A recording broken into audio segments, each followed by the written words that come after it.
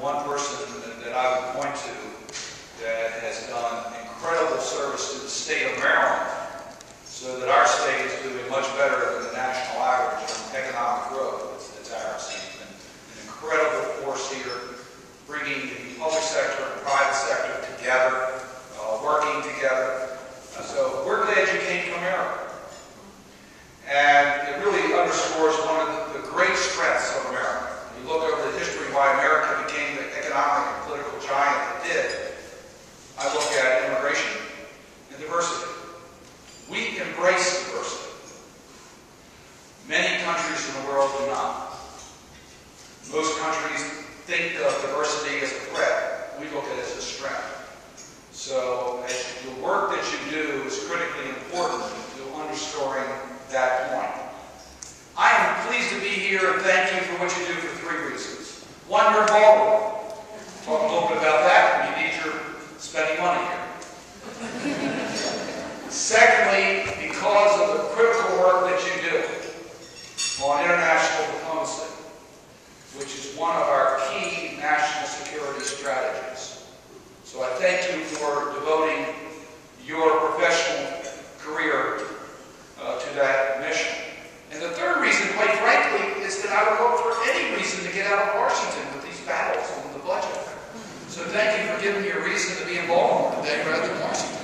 So for all those reasons, we thank you for being here today, and we hope that you'll take advantage of this great city of Baltimore that I've lived in all my life. You know, go down to the Inner Harbor, buy crab cakes. This is the only place where you can really get a crab cake. I know they're on the menu throughout the country. They're not crab cakes. It's only Maryland. You get them all. So please take the advantage of spending some money here. Go to Fort McHenry and enjoy this great city, the aquarium, and science center. There's a lot of good things that you can do that we're very proud of in Baltimore, and we welcome you to our city. I must tell you that something happened in the last 48 hours of my life that is really a highlight. So I'm going to share it with you because I'm very proud about this. We had the U2 concert here. I don't know if any of you had a chance to get tickets or not, but it was a sellout at the football stadium. And Bono, of course, performed. And I got something that impressed my grandchildren like nothing else I've ever done in life. And that is, I got a shout out from Bono.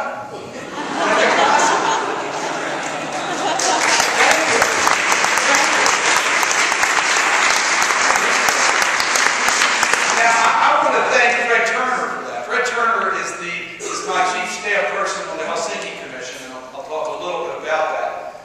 Bono's a friend.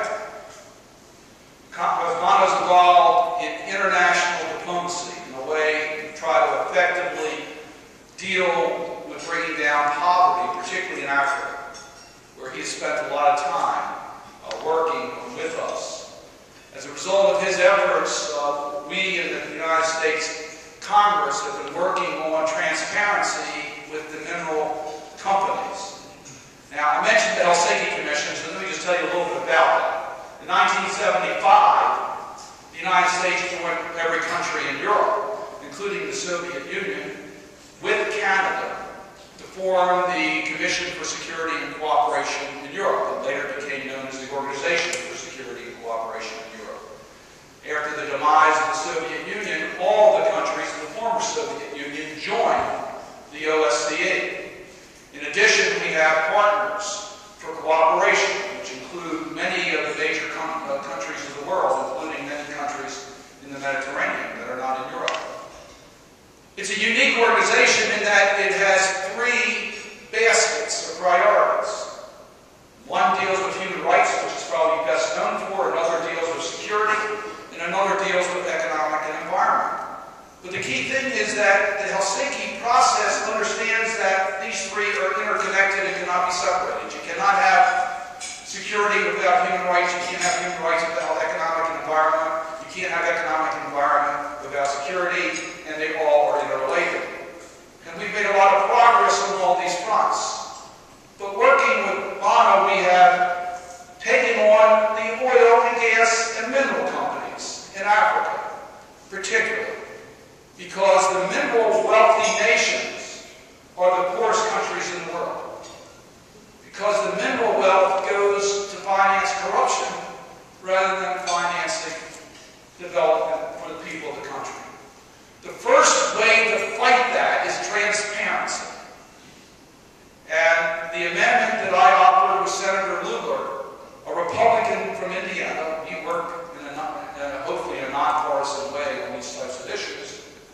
requires the oil companies and gas companies and mineral companies to disclose the specific terms of their contracts so you can trace where the money is going. That's in the United States' interest. Good governance is critical to stability, and stability is what we're seeking, sustainable growth. That will mean less use of our military, more partners in international trade with us, and more partners in developing the type of values that we hold so dear in democratic institutions, including free and fair elections, open press, all the issues that go with the type of values that we are trying to develop around the world. So I mention that because I think you are part of this process. This past week, yesterday, we had a hearing in the Senate Foreign Relations Committee that I serve on, and the Secretary of State was there. Now, it's not John McDonough. John McDonough was the Secretary of State of Maryland. Who does a lot of international diplomacy work on behalf of the people of Maryland. And we thank him for that. He has been an incredible voice in Maryland. You know, Maryland has so many international connections. Right here, we're in Port of Baltimore, which is the most important part of our economy. The most important part. I know, Parrish, you think it's Hopkins, but no, it's the Port of Baltimore. It's the most important part of our economy. We also have been a port of entry for literally tens of thousands, hundreds of thousands of people who are now Americans coming into the United States through the Port of Baltimore. We were actually the largest port of entry before Ellis Island in New York. So Baltimore and Maryland has a major international focus on what we do. So Secretary of State's hearing yesterday, Secretary of State Clinton, we were talking about the President's speech Wednesday night on Afghanistan. What are we going to do about the troop issues? Was it too many, too few? But what she really mentioned to us was the importance of our national security agenda. And our national security agenda is more than our military. It includes our civilian efforts and our diplomatic efforts to make this world a smaller world. And she said something about resources, which I think you all really need to understand. How much money we put into this effort. Because the total foreign aid budget in America, Americans believe it's about 25% of the budget. There was just recently a poll on that. It's, as you pointed out right there, you're right, we won the door prize. Less than 1% of the federal budget is in our foreign international development assistance and all of our international aid programs. Less than 1% of the budget. But she pointed out something very interesting about Afghanistan. And that is, we spend in 10 days on our military, DOD, what we spend in 1 year in our development assistance in Afghanistan. Now, where is the effective use of U.S. resources? Do we have the right balance? Afghanistan was not a war of choice. It was a war that we had to fight. We were attacked. And we had to respond. And we were right to send our military into Afghanistan. Our objective was to root out the terrorist networks that attacked our nation, Al-Qaeda. We did that. There's no longer a terrorist network that is homed in Afghanistan. Bin Laden is dead. Afghanistan is a very dangerous country. There are many dangerous countries in the world. The terrorist networks that threaten us the most are in Pakistan, Yemen, Iraq still, but not Afghanistan. So that if you were the budget director for our nation, trying to get the best results for the dollar, you wouldn't be spending $10 billion a month on our military in Afghanistan. You wouldn't be doing that. So, the hearing with Secretary of State Clinton pointed out that we need to look at our entire national security agenda.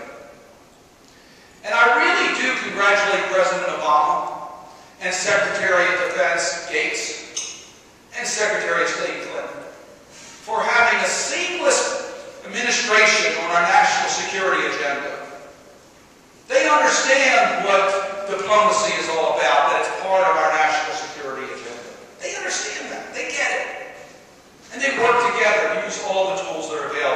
tell you my view. My view is that we're not spending enough attention on diplomacy, that we have to do a better job. But we have very tough budget issues, and we can't increase our budgets by any significant amount unless we can find cuts. So I'm for what President Obama said Wednesday night. I'm for bringing our troops home. I just think we need to do it at a faster pace and use those resources, some of those resources, to increase our diplomacy and civilian efforts, to build the type of economic growth that is critically important. Arab Spring is real. It's real. The people of the world want democracy and freedom. They see that. They want it. And it's springing up all over the world. But make no mistake about it. What triggered the protests from Tunisia to Egypt to Syria is not the love to have a free and open election. That's not what triggered it. It was young people who didn't have jobs. And they wanted a better future. So that if we're going to be able to succeed in advancing our national security agenda, we've got to deal with those economic realities in those countries. We've got to invest more. We've got to get greater understanding. Which brings me to what you all do every day. By bringing visitors here to America. By understanding what is going on internationally. To give hope to people who see our way of life. And to know that we really are nice people. And one of the frustrations to me as a senator is that I work with a country like Pakistan. And we provide billions of dollars, over $2 billion a year goes in, U.S. taxpayer dollars are going into Pakistan today. And 12% of the people of Pakistan are like us.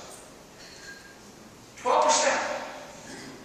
That's lower than the U.S. approval rate of the United States Senate. We can certainly do a better job here.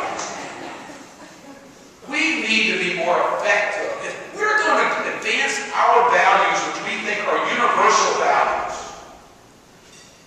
again, democratic institutions, transparency, women's rights are human rights. If we're going to advance those issues, then we have to have better understanding among the people of the world. And that's what you do with the International Visitors Program. And that's why I'm so excited about this meeting here and what you're going to be doing and trying to understand how you can do your jobs more effectively. Now, I could tell you, let me just tell you another hat I wear on the Budget Committee. So I am part of these budget negotiations to try to bring about a credible answer to this national deficit problem. And we have a huge, huge crisis. Not just the looming debt ceiling. That's just a symptom of a much deeper problem. We have uncontrollable deficit in Washington. Just 10 years ago, we were concerned that we were going to retire all of our publicly held debt. We had surpluses that we didn't know what to do with. Now we have deficits we can't control. We've got to deal with that. I spent a long time to see how we got here. I'm not going to give you my partisan Democratic speech today. So I'll just tell you how we got to get out of this. And that is, we need a credible plan. Credible plan means we're going to have to cut spending. It starts with cutting spending. And it's not just the domestic budget or the military budget. It includes also our mandatory spending. We have to do that. And then our revenue code has to bring in revenue. Right now, we leak as much revenue as we bring in. Said another way, if we eliminated all the tax breaks, we could have tax rates that are less than 1/2 of what we have today. And you talk to corporate America today, they say, bring it on. We'll get every single one of our breaks if you cut the rates again. And America will be more competitive if we do that. So we've got to have a revenue code that brings in revenue. And then we've got to invest in our future. We've got to invest. We've got to pay attention to education and innovation and our infrastructure if we're going to be able to be competitive in this world economy. We've got to be able to do all of that. But let me tell you what is, I think, low-hanging fruit. I don't know why we make it so difficult for people to visit America. I just don't understand it. I don't get it. Do you realize how much money you've got to spend in bureaucratic costs in order to be able to buy a ticket to come to America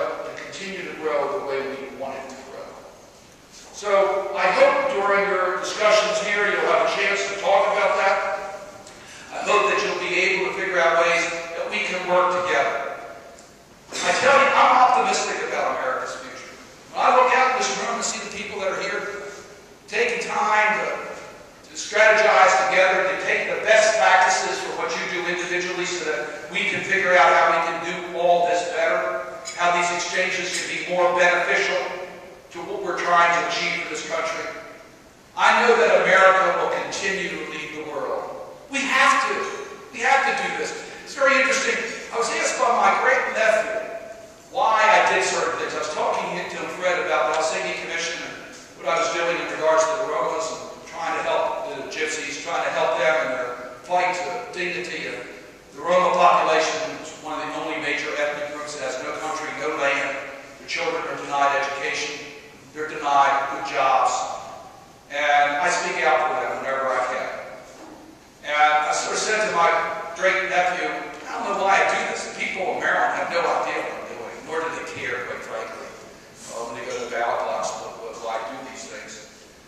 And Zach said something interesting. He says you do it because you can.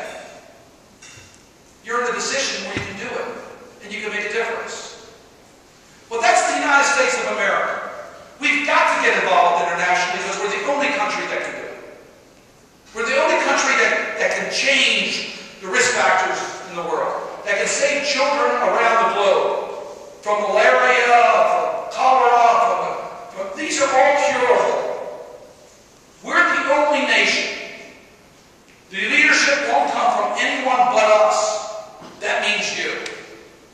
And when I look out here, you give me optimism about America's future. So I really wanted you to know that this United States Senator wants to thank you. Sometimes in Congress has a strange way of saying thank you. I understand that. I very much appreciate what you do